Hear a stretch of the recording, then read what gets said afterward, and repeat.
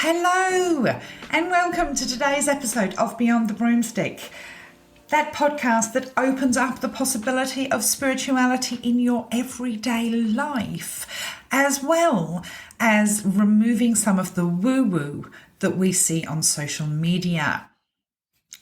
If we haven't met before, my name is Matilda. I'm a professional psychic medium here in Australia. I have been working in this field for nearly 20 years, or just over 20 years actually, but I was a born medium, and that's an important thing to understand as I explain to you a little bit further in the episode about people that suddenly decide that they are capable of doing psychic and mediumship readings. Although I was a born medium and knew that I was different, and I did receive messages, and I did see people, and I did speak to dead people in the earlier part of my life, I wasn't so much connected in sort of those teens and 20s. It was in my 30s that I started working on my ability, using mentorship.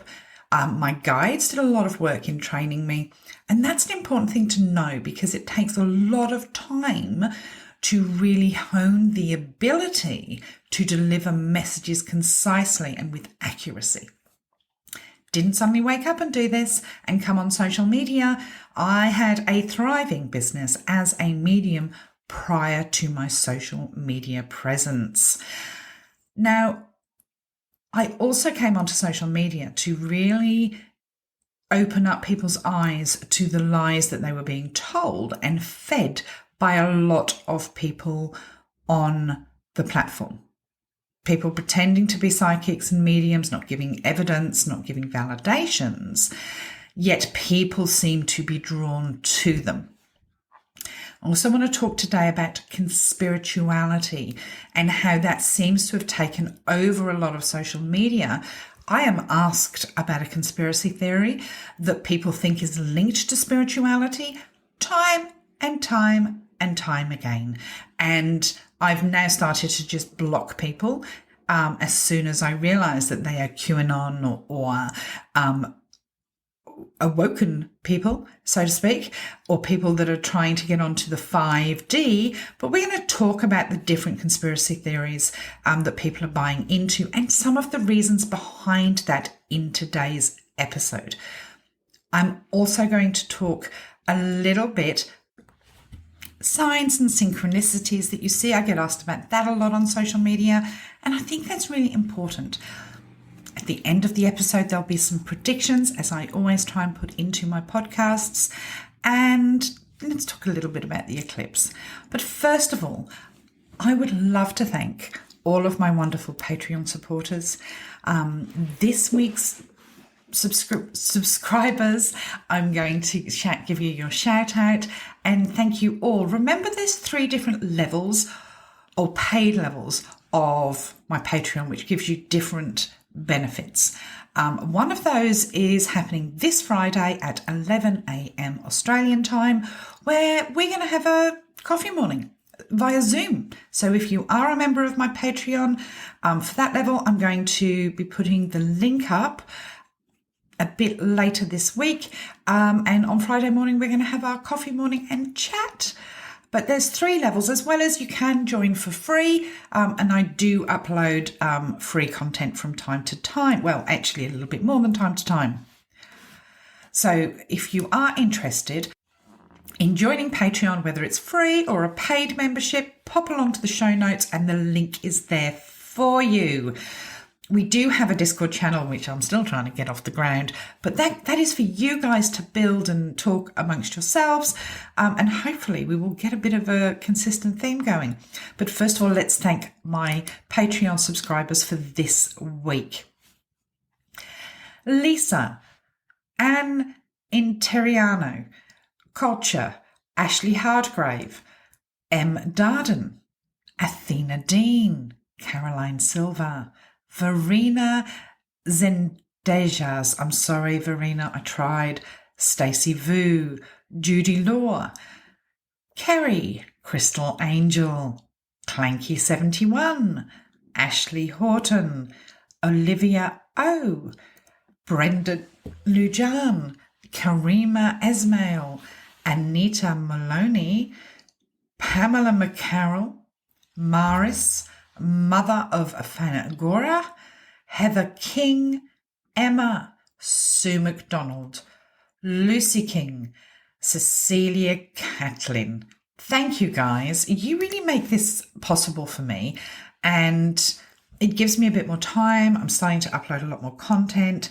I am starting to do some weekly predictions on there, just so that they're in one place. So yeah, if you're interested, pop along and join my Patreon. It's a great platform. My next podcast to go onto Patreon is my podcast on John Benet Ramsey. So I will be loading that up at some point this week for everyone. As many people know, if you follow me on social media, last week has been a bit tough. The buff has been very, very sick. He has an ongoing condition that occasionally flares up, and it does make him very sick very quickly.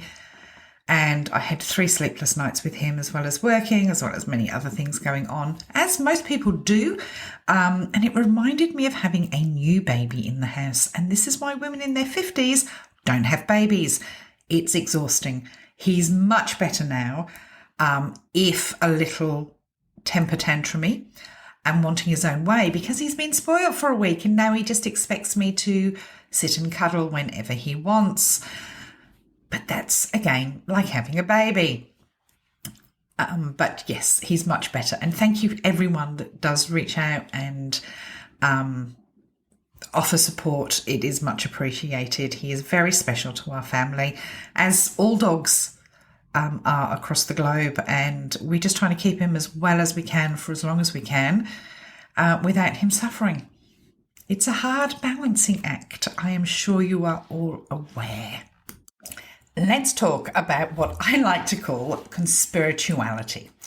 These are faux spiritual people giving out information saying that certain things are a conspiracy theory. There should be no link with spirituality and what is going on politically, so to speak, or trying to push an agenda for people to believe in the cause of spirituality. You can't see what I'm doing, but I have just made question mark signs with my hands. But as a psychic medium, I have explained this many, many times. Just because I make a prediction doesn't mean to say I'm attached to the outcome.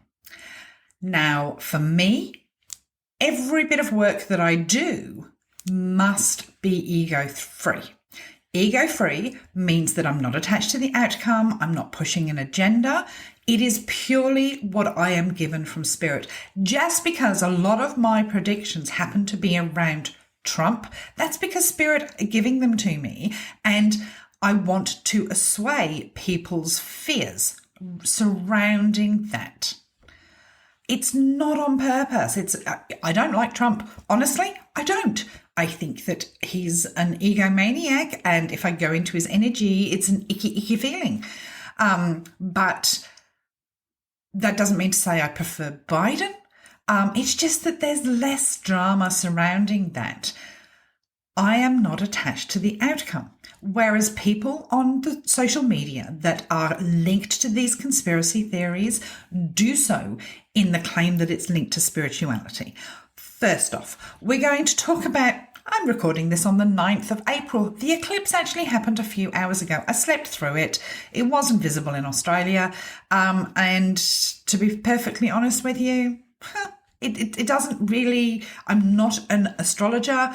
I know the energy that's coming in because of it, but I am not someone that's going to stay up until 1 o'clock in the morning to watch something like that because I like my bed. But I would like to note that at 9 o'clock on the 9th of April, when I am recording this, We're all alive. The world didn't end. There is no 3 days of darkness. It's light outside. And there was no rapture. I want to know what the rapture was. I want to know what I was going to be expecting. It sounded like fun. Did it happen? Has nobody told me? I've sort of checked the news and I didn't see a rapture happening or anything about a rapture. I did see somebody was going to fill 50 blow-up dolls and with helium and release them where people were watching the eclipse. That sounded like fun. But no, there was no rapture. The world is not ending. It is another date. Okay, there will be another one next year, or if not, there will be one in October, and then there'll be another one next year. There'll be another one the year after. There'll be another one the year after, where the new age spiritual crowd want to put fear in people and say that the world's going to end. It's a conspiracy theory. It's not going to happen. You are all safe. And you are safe to believe in what you want to believe in, as long as you don't preach to other people and try and put fear in people's minds. As far as the end of the world, I am not being shown it. So just going to let you know that I'm not being shown any Armageddon type events. The other one that I am asked a lot about, and I feel very, very sad for what happened in Maui last year. If you remember, I predicted that event, and coming from Australia, I am pretty au fait with bushfires and how they move and travel. I was asked so many times why the houses with the blue paint didn't burn. The critical thinking on this absolutely blows my mind. It was a horrific event. I can't take away from that. It was caused by a mix of natural disasters and I think it was electricity poles or something that wasn't maintained properly. But bushfires are very, very strange, and they will melt roads, they will melt cars. The heat that they build is horrific. And yes, they jump houses. I've seen it happen. I lived through Black Saturday here in Australia, and I have seen it happen. The fact that people thought that fire could discern from just a colour paint on a roof, it just blows my mind. And that sort of thing, it just doesn't make sense to me that people would start believing in stuff like that. The other thing I find quite disturbing is the whole COVID conspiracy theory. Now, let's take away the COVID disease itself and talk about the vaccine. Whether you got the vaccine or not is none of my business, absolutely none of my business. But those saying that we were all injected with a microchip to keep track of us, United Airlines lose your luggage every other day. And yet you think that the government has the ability to inject a microchip to keep track of us, or something that's going to change us completely.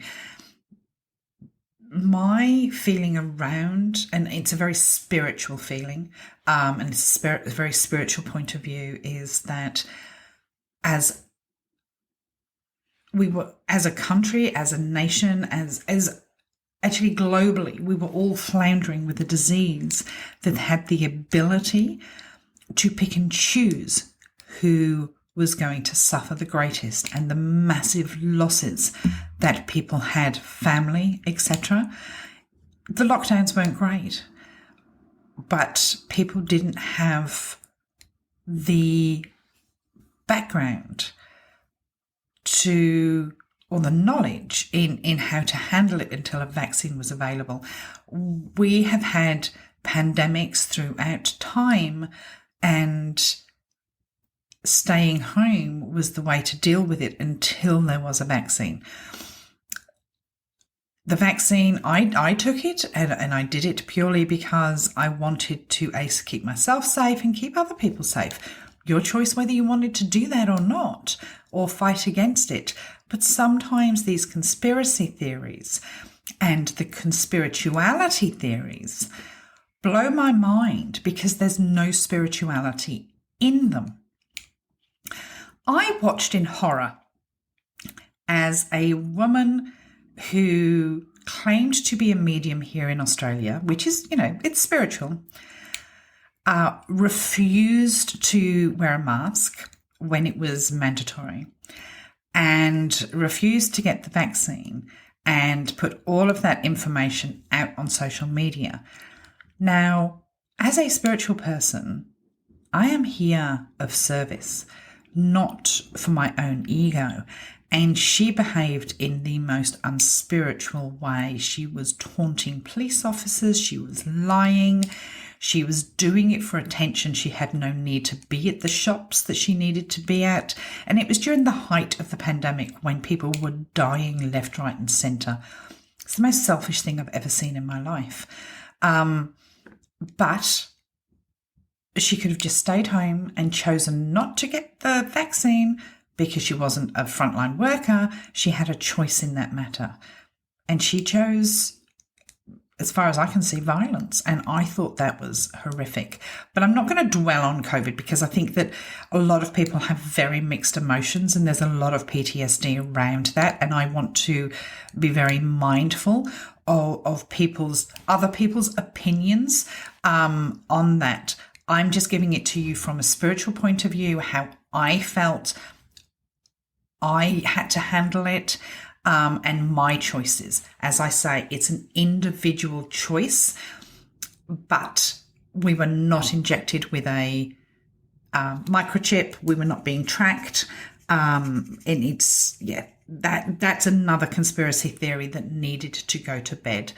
The 5D ascension doesn't exist. You are either a spiritual being who lives through kindness and compassion, or you're not. As simple as that. You're not going to ascend to something. You're not going to be left behind if you don't behave in a certain way. Obviously, we don't want people going out and being mass murderers. But what I'm talking about is these people saying that the 5D is something of reality. And these are the people that claim that I got attacked once by somebody verbally, not physically, because she kept spouting on about I wasn't woke and I need to wake up and stop being a sheep. There is a reason why people behave in this way. There is a reason why they would rather blame the government, blame other people, put fear in people's minds. It is easier to sit back and spout rubbish than actually get off your arse and do something constructive. People will believe that the world is going to end and go down a rabbit hole of investigating all of the videos on social media and doing their research rather than actually making a difference with their lives. Lots of people will live in a comfort zone, whether that be believing these conspiracy theories or putting fear in people's minds, than actually do something practical and constructive, which is what we all need to be doing right now. I've been saying this for a long time. 2024 and 2025 is a shit show, whether it be natural disasters, political upheaval, a change in the economic climate. Many things are happening, and we can all sit behind a keyboard and watch videos and make comments, but not everyone has the courage to do something to make a difference. Now, that difference doesn't have to be flying out to another country to give aid. It can be as simple as helping locally. Helping locally and taking the load off local people can also mean that they can then go and do something internationally. It's a chain of events. But all you have to do sometimes is just send an email in support of something that you believe in. But don't just sit there on social media and believe that everything is a conspiracy theory because it's easier for you. It's upsetting to me to see people claiming that spirituality is connected to a lot of these conspiracy theories because spirituality is pure. It is a pure way of thinking and engulfing yourself in the fact that you have a belief that there is an afterlife, that those that lose their life simply leave their physical body. And I've been able to prove that time and time again. I don't need to build my ego by spouting conspiracy theories or using my platform to scare people. I'm simply there to prepare and educate people. It's quite disturbing, some of the things that I do see on social media. And one of those is when I watch someone that's claiming to be a psychic medium and they say they've had a download, and that download is full of ego-based information in order to drive fear through people. As I say, the reason people come up with conspiracy theories and use spirituality for a reason for them is building their own ego. They're wanting to put fear in people and they're lazy. Uncomfortable things happen in this world, and some things happen that we have no explanation of. And I get very frustrated, talk about the Red Shoe Club or the Red Soul Shoe Club and saying that there's an elite group of people out there that are controlling the world. Certain deaths are conspiracy theories. The death of Princess Diana has been put down as a conspiracy theory. The reality is, and from what I've been shown from my spirit guides, is that the driver was drunk and he was speeding and went through a tunnel at a stupid speed.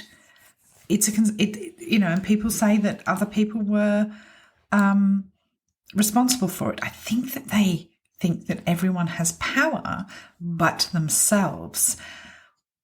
But it is very sad to watch people go down that rabbit hole where they could be taking that time to work on themselves and actually putting all of that energy and investigation and Googling to really good use. So that's my take on conspiracy theories and spirituality. They don't go side by side. And if people come on to my social media and assume that I am part of that new age wave and believe in spirituality and keep pushing the envelope with that, they will get blocked. I want to talk about synchronicities because I get asked about this a lot, pretty much every reading. And it's quite interesting that many people will ask about angel numbers and synchronicities because they see them during the week or weeks leading up to a reading with me. And that is just, I think that's a beautiful, beautiful thing. That's your spirit guides letting you know they're there for you. It's telling you you're on the right pathway. And because it's happening before you have a reading with me, it's just letting you know, hey, we're going to be around when you talk to Matilda. And that's a really, really beautiful thing. Remember, synchronicities happen when your spirit guides are just trying to give you a bit of a nudge. Maybe sit in your own energy and listen to what they have to say. whilst I'm on that topic, a lot of people do ask, how do I hear my spirit guides? Who are they? I don't always get to see who your spirit guides are. They don't come forward and say, hi, my name's Jack and I was a potato farmer in Ireland in the 1800s. I get a feeling or an image of them, and I have to put that together to try and give you the information. And sometimes I don't even get that. But you can listen to your own spirit guides. The more you know who you are, the more you can understand how you feel about certain things. You start to understand that the energy that you're being made to feel is your spirit guides. So a lot of people, because it's been very Hollywood-esque over the years, people assume that when I see a passed over loved one, I'm seeing them in the 3D version. I've had that happen 3 or 4 times in my life. It's usually in my mind's eye. It's almost like they embody me, where I get this, if someone young has died, I will feel younger. If they've passed suddenly, I will get this sudden jolt. A lot of it is feeling emotion. It's very combined. It's within my feelings. It's within my body. It's an image in my mind's eye. All of that goes together for me to be able to explain to you who I have with me.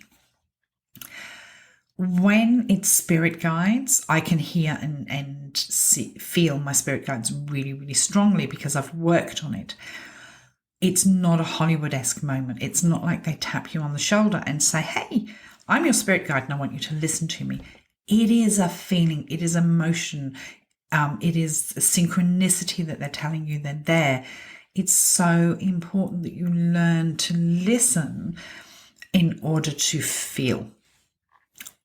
And the numbers that you see, the angel numbers, the times, things like that, that's all them giving you a message in your emotion to look. So it's not like they're making the clock at that time. They're literally saying to you in your body and your feeling, look at the clock. I've got a really interesting story about clocks. It's quite strange. It took me a long time to work this out. I've had a lot of messages through clocks. That sounds really batty. The clocks are not talking to me, I promise.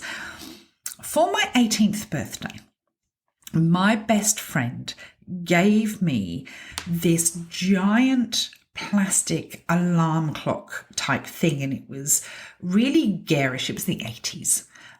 So it was very garish, and it was like a turquoise and a purple with the alarm, the alarm thing at the top that shaped that if it was a metal one, it would go off. It wasn't actually an alarm clock. It was just shaped like a giant alarm clock, and I would hang it on my wall. And I got that when I was 18, and it took batteries. Sadly, my best friend passed away when we were 21. And she was supposed to be my matron of honour when I got married, and she passed 6 months before my wedding. And it was all incredibly devastating and incredibly traumatic. But from that day, every time the clocks changed or the clock itself had run out of batteries, it would fall off my wall. Without doubt, 2 to 3 times a year, that clock would literally fall off the wall.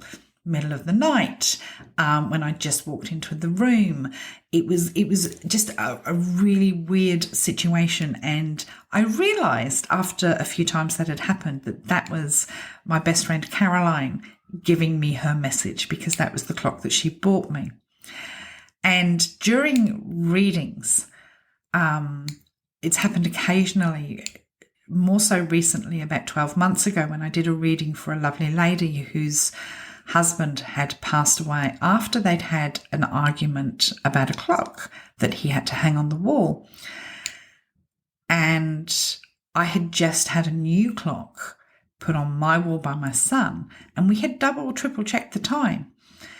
And I looked up at that clock and I said, I was told to look up at the clock. And I said, what does 6:30 mean? And she said, that's the time he passed away. And my clock, my brand new clock that had new batteries and was checked for the time, had stopped at 6:30. So I have this really weird connection with clocks through my readings and through my mediumship. But sadly, I don't have the big plastic alarm clock anymore. So Caroline can't talk to me, but I'm sure she does in other ways. But it was a very, very long time ago that happened. And it was before I was a working medium, and it took me a while to realise that that's what she was doing. It's a very nice story though, but I do have quite a strange affinity with clocks. So, what am I seeing over the coming weeks with regard to the eclipse energy? And it is, as Laurie Rivers says, it is a new moon on steroids, and it doesn't affect all areas.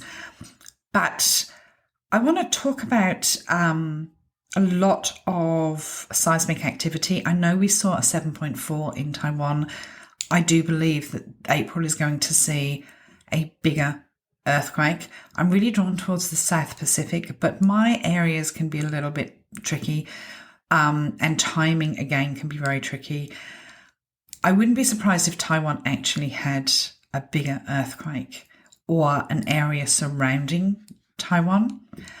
I am also being shown an increase in conflict. However, I do still believe that we are going to get a bit of a ceasefire towards the end of April. I have been shown a lot of political upheaval during April. That is going to include, I'm still drawn to the UK. I know that a lot of people felt that Ireland was the final part of that prediction. It's not. I still am being shown Rishi under a lot of pressure. Feels like there's a bit of scandal coming out for Rishi, and he's going to have to explain himself, and that is the start of the end for him. Third week of April, really being shown a lot of problems economically. I wouldn't be surprised if there were some issues on the stock market, and that may have a knock-on effect to some other things. But the good news is I do see interest rates. Here in Australia, I see them going down, slowly, but from at least June, July time. So that's a little bit of relief coming in. Floods, pretty much everywhere. There's a lot of water everywhere. I noticed, I was quite surprised, a lot more people didn't tag me in this. Last year I made a prediction that Sydney was going to be underwater and that the trains would have to stop, and that happened this week. And I think that Sydney may well have another deluge during April. News and information coming out of the Vatican regarding the Pope. I did say that I felt a new Pope more towards June, July, but it could happen a little bit sooner than that. There's another conflict in